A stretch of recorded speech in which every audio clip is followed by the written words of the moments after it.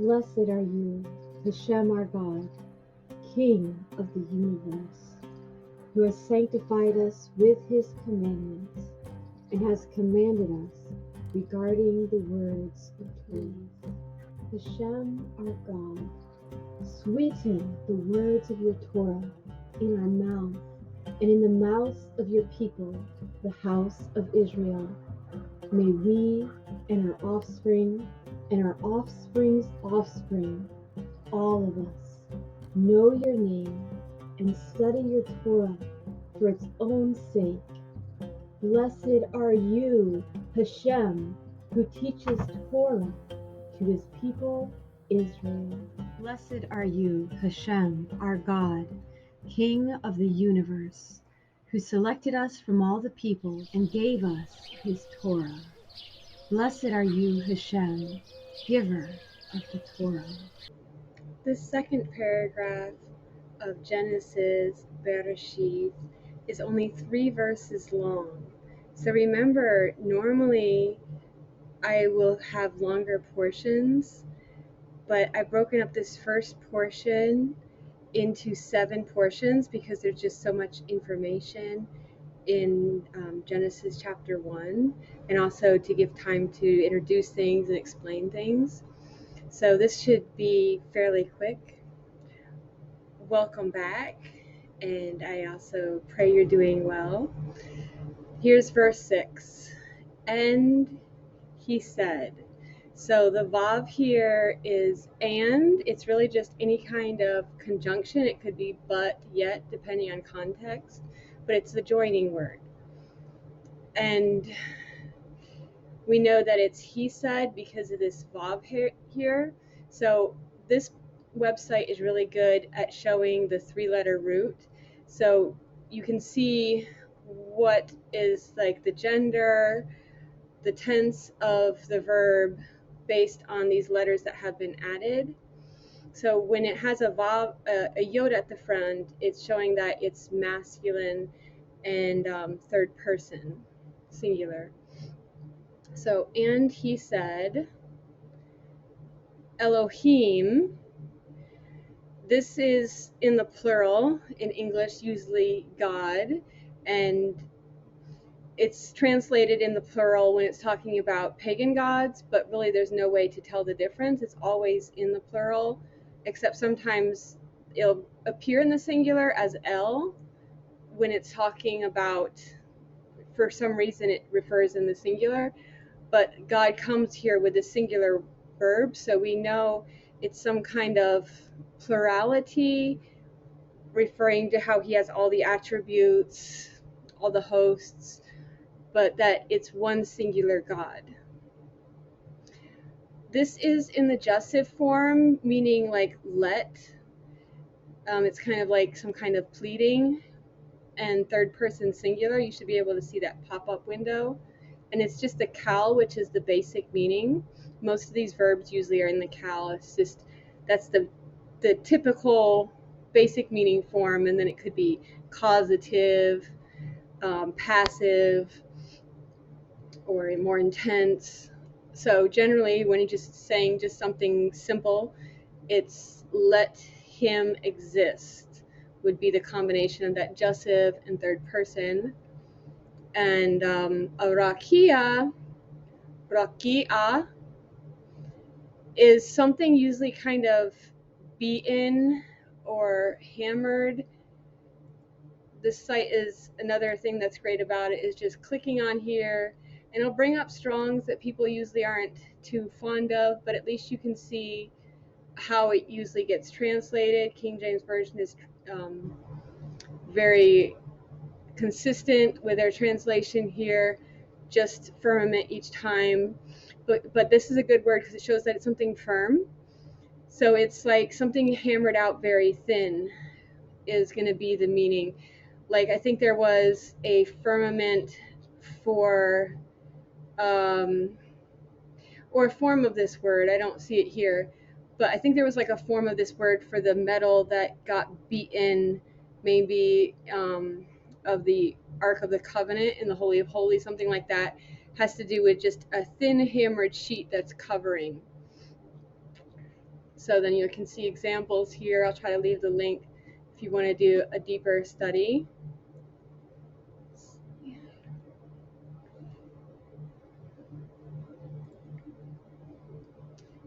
In midst. So it's not in the midst. If it was the, we would have this patak underneath, the flat hand.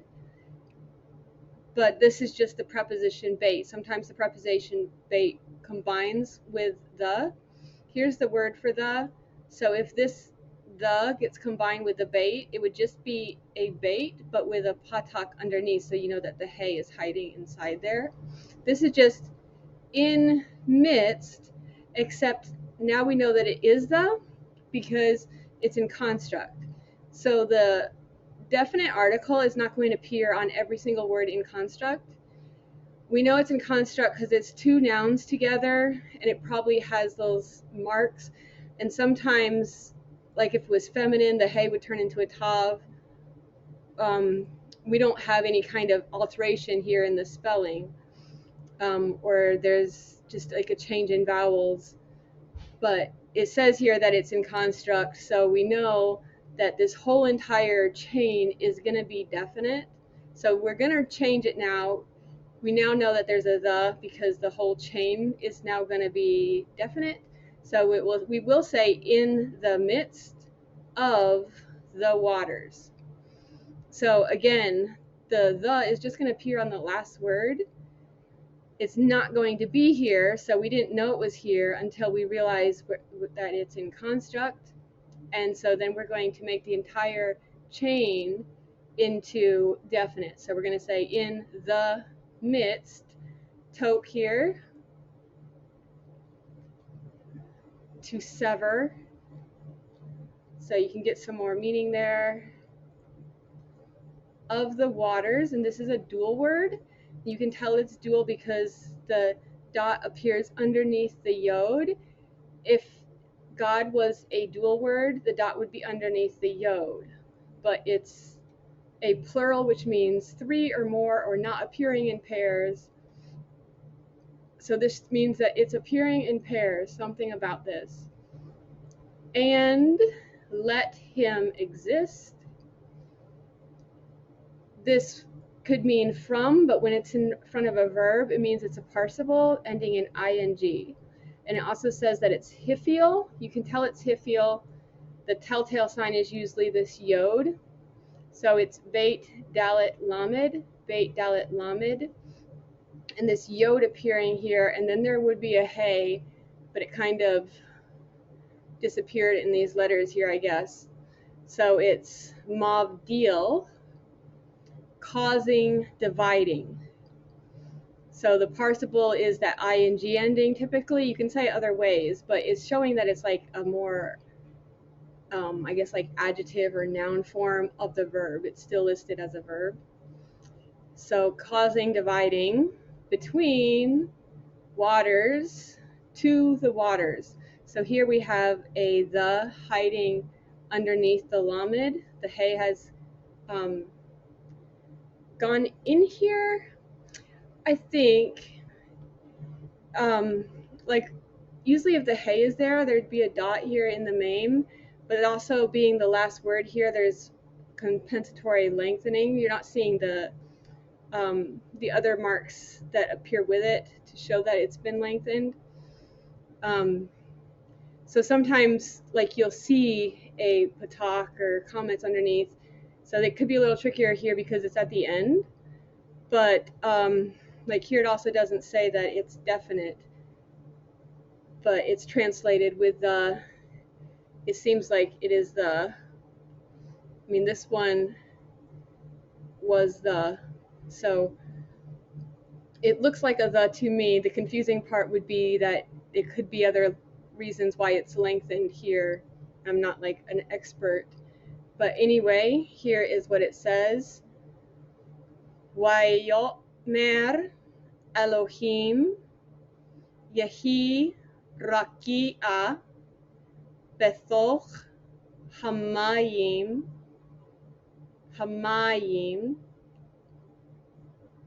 Wihi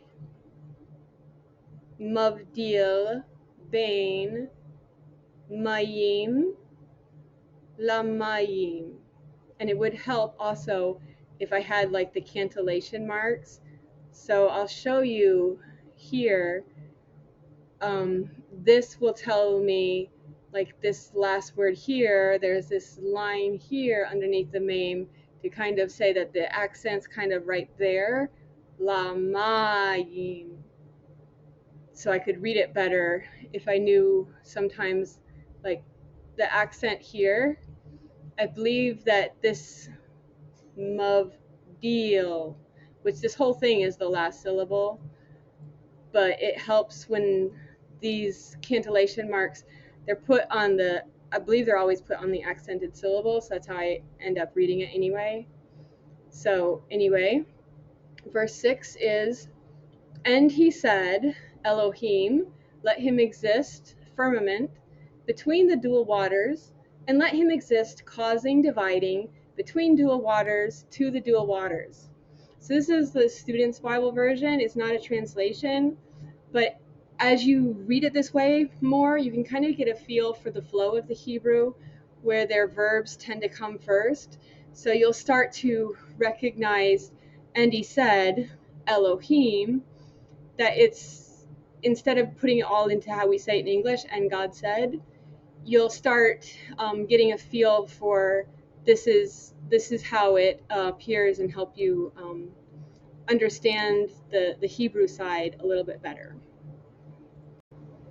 Verse 7, and he made, he did. What I like about this word is the trees also make. So it'll get translated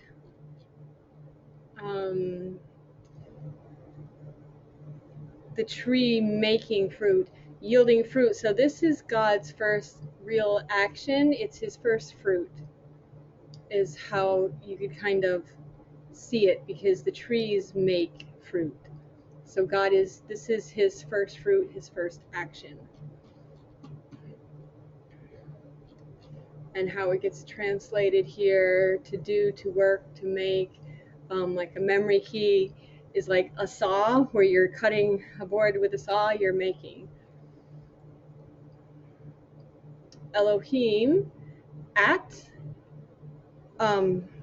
it could mean that just the letters could mean with, but it means it's a definite direct object marker, meaning this noun here that it's pointing to is going to be definite. So it will have this article, or it'll be somebody's name. I think there's a third reason that makes it definite. So this just marks it, doesn't get translated in English, but I say at, because it's Aleph Tav. The firmament, and he divided between the waters, which from under, tahath. This word could mean like in place of, like the ram was underneath Isaac, it was in place of Isaac instead of, so it's under. To the firmament, this one does say definite article, the little pop-up that you should be able to see. To the rakia, and between the waters, which from upon, and I'm just doing like the basic gloss, or I try to go back to the root meaning, not just like the Strong's gloss, but just do a basic meaning here. So a lot of the translation work, they're going to change it based on the context to try to make it flow into someone else's language. Or the upon can also mean like because, but that can still be conveyed like upon why. You can kind of still hear that meaning in English, but there's not like any one perfect English word to translate the whole meaning of each Hebrew word. So it's never going to give you the actual full meaning. From upon, to the rakia, the firmament, and he existed, true, but something that is true last. So it's like steadfast, thus having to do with first because it's true, then it's going to last. Like sure footing means that you're steady and stable, and so you're going to continue like a good strong building. So let's take a look at verse 7 here. And he did, Elohim, at the firmament, and he divided the water, between the dual water, which from under to the firmament, and between the dual water, which from upon to the firmament, and he existed true, steadfast. And we need to get the Hebrew on this. Wayanas Elohim ath harakia wayavdel bain hamayim asher mitahath larakia uvein hamayim asher me'al larakia Wayhi Chaim. Verse 8 to close us out. This is the paragraph marker, so that's what we go to each section. And he called. Now this means named when it's combined with this preposition typically. So the combination of kara with lamed is usually translated as named, is usually the meaning that's conveyed, but basically it's, and he called to the Rakia heaven. So he's naming it. Like, I've called you by name, you are mine. So you call somebody by their name. I don't know the exact way you convey it into Hebrew with just call. But, and he called, just a kal again, just the basic simple meaning, God, to the Rakia, to the firmament, heaven. So he's naming it. And it's a dual word, if you've noticed that. Water and heaven are the two dual words in this chapter. I don't know if there's any other ones. And he existed. So when the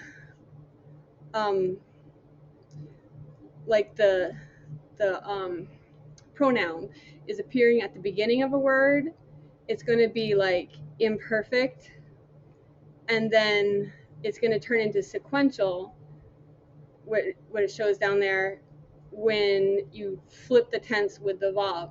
So this would be he will call, and this is and he called, just basically, because there's not actually tense so much in Hebrew. It's just, that's the best way to explain it. But it's not like set in stone is what I'm saying. So this would be like he will exist, and this is that he did exist. He existed evening, but this has to do with like an intermingling, a mixing, Arev, and he existed Boker, which is like the light breaking through, so increasing light.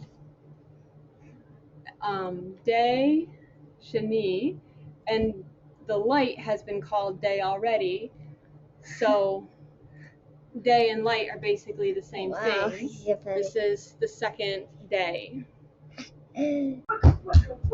Wayikra Elohim Larakia Shamayim Wayahi Arav Wayahi Boker Yom Sheni.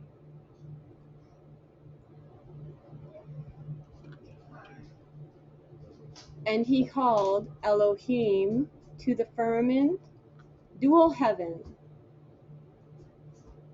and he existed mingling, and he existed breaking forth, day second. I don't know why I can't just delete that. Oh, it's yes. This has been Ito the cat and Pardes, the basic level, just to prepare us for those 4 levels of Peshat, Padres, Remiz, Jerash, and Sod. We so much look forward to getting into that hidden spiritual meaning. That's where it's all about. So Hashem bless you for studying and learning the Hebrew to want to know it in its, purest form possible. And thanks for joining. And I just pray you are blessed.